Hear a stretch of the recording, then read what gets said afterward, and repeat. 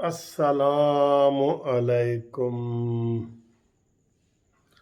دوستوں، بھائیوں، عزیزوں، بہنوں، بچوں، سب کو منصف عوان ایڈوکیٹ کا بہت بہت سلام۔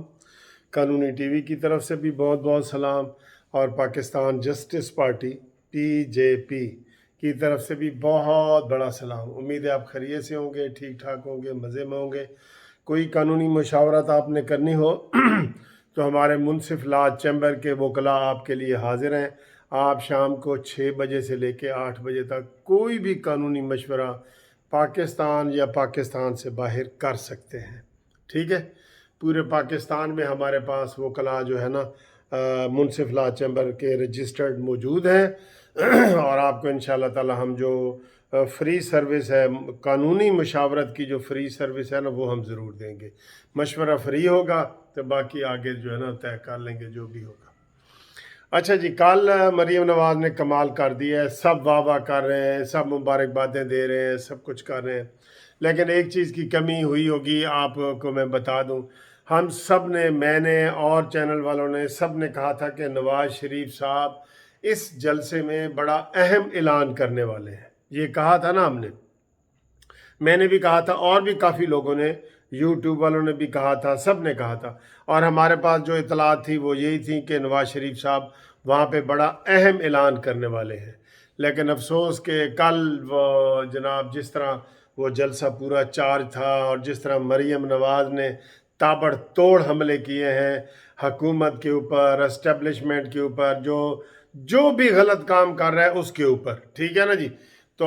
وہ قابل تحسین ہے۔ انہوں نے بہت زبردست جو ہے پذیرائی ملی ہے، لوگ خوش ہیں، میڈیا میں اس کی پذیرائی ملی ہے، عوام میں ملی ہے۔ تو کل ہم انتظار کرتے رہے کہ نواز شریف صاحب کیا کہتے ہیں، لیکن نواز شریف صاحب نے کچھ نہیں کہا، تو کل ہمیں بڑی مایوسی ہوئی تھی اس حوالے سے۔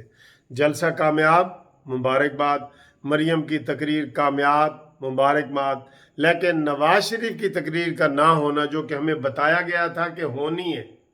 ٹھیک ہے جی، تو وہ خیر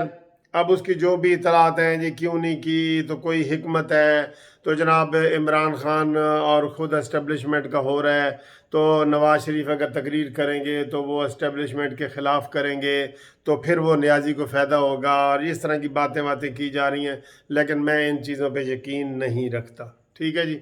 جو آپ کا نظریہ ہوتا ہے، جو منشور ہوتا ہے، پروگرام ہوتا ہے، وہ آپ نے دھڑلے سے دینا ہوتا ہے، پھر دیکھنا نہیں ہوتا کیا ہے۔ حکمت عملی تو ہوتی ہے، لیکن آپ بالکل ایسے یو ٹرن فل نہیں لے سکتے کہ آپ کہیں جی کہ میں نے یو ٹرن لے لیے، اور